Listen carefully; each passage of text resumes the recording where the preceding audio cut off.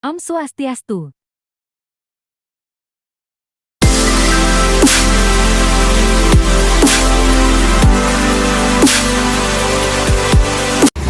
Om Swastiastu. Saya selaku moderator dari kelompok 8, kami akan mempresentasikan materi mengenai strategi lokasi. Adapun materi yang pertama yaitu konsep dasar dan peran strategis penetapan lokasi dalam menentukan keunggulan bersaing.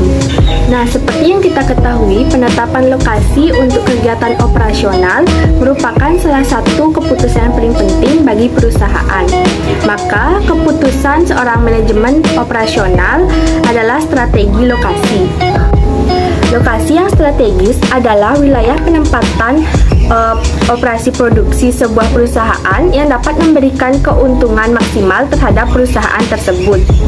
Karena tujuan dari strategi lokasi adalah memaksimalkan keuntungan. Nah, lokasi sangat mempengaruhi biaya, baik itu biaya tetap maupun biaya variabel. Selain itu, lokasi juga mempengaruhi risiko dan keuntungan perusahaan secara keseluruhan. Adapun biaya lain yang dapat mempengaruhi lokasi yaitu pajak, upah, biaya, baik itu biaya bahan mentah dan sewa. Keputusan lokasi itu bergantung pada tipe bisnis yang akan dijalankan oleh pemilik perusahaan. Biasanya untuk keputusan lokasi industri, strategi yang digunakan adalah strategi untuk meminimalkan biaya. Sedangkan untuk jasa, strategi yang digunakan terfokus pada memaksimalkan pendapatan. Penentuan lokasi yang tepat akan mempengaruhi kemampuan konsumen seperti yang pertama, melayani konsumen dengan memuaskan. Yang kedua, mendapat bahan mentah kontinu, harga layak atau memuaskan. Yang ketiga, mendapatkan tenaga kerja yang cukup karena lokasi yang strategis. Dan yang terakhir, memungkinkan perluasan perusahaan di kemudian hari. Baik, perkenalkan nama saya Marisi Utari dengan NIM 21020143110. Di sini saya akan melanjutkan materi mengenai faktor-faktor yang menentukan penentuan lokasi. Yang pertama ada produktivitas tenaga kerja karyawan, yang kedua ada nilai tukar dan risiko mata uang, yang ketiga ada biaya yang terkandung dalam lokasi, yang keempat ada sikap dari pemerintahan pusat, yang kelima ada kedekatan dengan pasar, yang keenam ada kedekatan dengan supplier, yang ketujuh ada kedekatan dengan pesaing. Yang pertama, produktivitas tenaga kerja karyawan merupakan input paling penting bagi perusahaan, sehingga tingkat produktivitas tenaga kerja sangat menentukan keberhasilan atau kesuksesan perusahaan. Yang kedua, nilai tukar dan risiko mata uang. Walaupun tingkat upah dan produktivitas tenaga kerja membuat sebuah negara terlihat ekonomis, tetapi nilai tukar mata uang yang tidak menguntungkan dapat mengeliminir penghematan.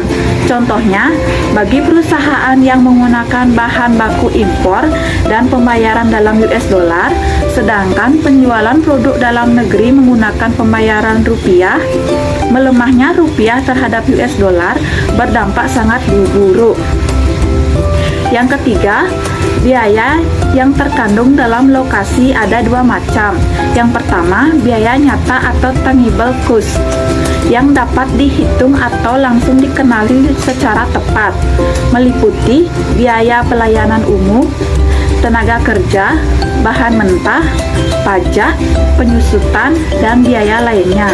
Yang kedua, ada biaya nyata atau intangible cost, lebih sulit ditentukan, meliputi kualitas pendidikan, calon sikap karyawan, standar hidup, dan lain-lain yang dapat mempengaruhi proses perekrutmen. Yang keempat, ada sikap dari pemerintahan pusat, wilayah maupun daerah terhadap kepemilikan swasta, stabilitas tenaga kerja, dan juga pola kepemimpinan. 5. Kedekatan dengan pasar. Banyak perusahaan yang secara sengaja memilih lokasi operasionalnya dekat dengan konsumen, seperti usaha restoran, salon, toko kelontong, yang menyadari bahwa kedekatan dengan pasar merupakan faktor utama keberhasilan usaha mereka. Demikian pula, untuk usaha manufaktur ada yang memilih lokasi dekat dengan konsumennya, karena mahalnya biaya transportasi jika harus berada di lokasi yang berjauhan. Yang keenam, kedekatan dengan supplier. Penempatan lokasi yang dekat dengan pemasok dan bahan mentah disebabkan oleh bahan baku mudah rusak, biaya transportasi mahal, jumlah produk yang banyak.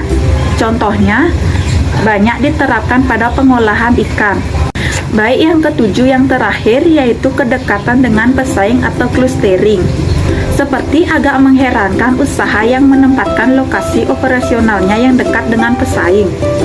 Akan tetapi, saat ini kecenderungannya demikian dengan istilah clustering, yaitu lokasi berdekatan para perusahaan yang saling bersaing, disebabkan oleh adanya informasi, modal proyek, atau sumber daya alam yang berlimpah di suatu daerah. Tidak hanya usaha manufakturing seperti dibangunnya kawasan industri saja, tetapi dalam bidang jasa juga ada. Misalnya pada pengembangan pusat perdagangan elektronik, pusat perdagangan tekstil, dan lain-lain. Yang ketiga yaitu metode penentuan lokasi. Yang pertama, location factor rating atau method. Location for rating adalah sebuah metode penentuan lokasi yang mementingkan adanya objektivitas dalam proses mengenali biaya yang sulit untuk dievaluasi. Faktor yang dipertimbangkan baik faktor kualitatif maupun kuantitatif. Dianalisis dengan cara mengkuantifikasi semua faktor.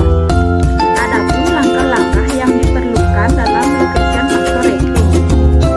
Yang pertama, membuat daftar faktor yang berhubungan yang sering disebut faktor kunci sukses.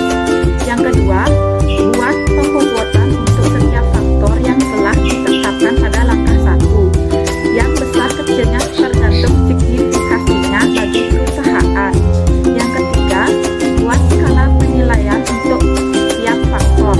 Contohnya 1-10 atau 1-100. Yang keempat, menetapkan beberapa alternatif lokasi yang dinominasikan.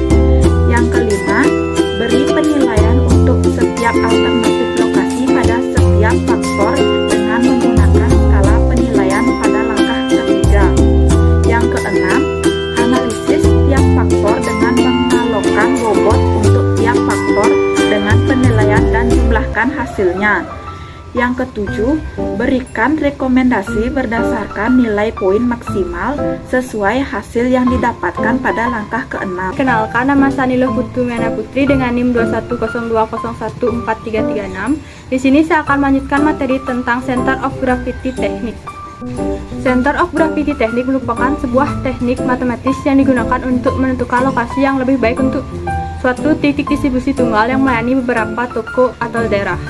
Langkah-langkah menggunakan Center of Gravity Technique adalah: tetapkan jumlah barang yang dikirim dari lokasi ke gudang distribusi tiap periode tertentu. Yang kedua, buka peta, tentukan suatu tempat di mana titik origin.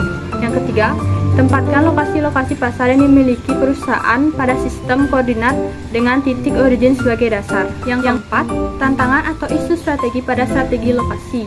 Yang pertama, kecenderungan lokasi industri. A. Industri yang cenderung mendapatkan lokasi bahan baku yang digunakan untuk mendapatkan industri berorientasi pada bahan baku. Yang pertama, industri yang mengolah bahan baku yang cepat rusak atau busuk, misalnya industri daging dan industri susu. Industri yang mengolah bahan baku dalam jumlah besar dan biaya angkut cukup mahal, misalnya industri kayu. Yang ketiga, memiliki ketersediaan bahan mentah yang cukup besar. Yang keempat, biaya pengangkut bahan mentah lebih mahal dari biaya pengangkut barang jadi. Yang kelima, volume produksi lebih kecil dari bahan mentah karena adanya penyusutan. Yang ke B, industri cenderung ditempatkan di daerah pemasaran. Pertimbangan yang digunakan untuk menetapkan industri yang berorientasi di daerah pemasaran diantaranya: yang pertama, jika dalam pembuatan barang industri, perbandingan keahlian biaya angkut untuk barang mentah, misalnya industri roti, karena setelah diolah, berat tidak berbeda dengan bahan mentahnya. Yang kedua, Mereka bahan mentah atau bahan baku mudah diperoleh, misalnya industri air mineral, karena air bersih dianggap mudah diperoleh. Yang ketiga, jika barang yang dihasilkan memerlukan ongkos tinggi karena ukurannya yang relatif besar, seperti industri peti dan industri mebel. Yang keempat, jika barang yang dihasilkan selalu mengalami perubahannya cepat karena kaitannya dengan mode atau model yang sedang berkembang, misalnya industri konvensi. Yang kelima, jika produk yang dihasilkan mudah rusak dan tidak tahan lama. Yang keenam, jika barang yang dihasilkan memerlukan pemasaran yang luas. Yang ketujuh, jika barang baku yang digunakan tahan lama. Yang C, industri yang cenderung ditempatkan di pusat-pusat konsentrasi penduduk. Industri yang cenderung ditempatkan di pusat-pusat konsentrasi penduduk, yaitu industri yang memerlukan tenaga kerja yang banyak. Industri yang bersifat padat karya, misalnya industri teknologi dan garmen. Yang ke-D, industri cenderung ditempatkan di lokasi sumber tenaga atau energi. Industri yang cenderung ditempatkan di lokasi sumber tenaga atau energi adalah industri yang banyak memerlukan sumber tenaga, misalnya PLTA atau industri pembangkit listrik tenaga air. Baik, sekian pemaparan materi dari kami mengenai strategi lokasi. Akhir kata saya ucapkan terima kasih dan saya tutup dengan para Santi. Om Santi Santi Santi Om.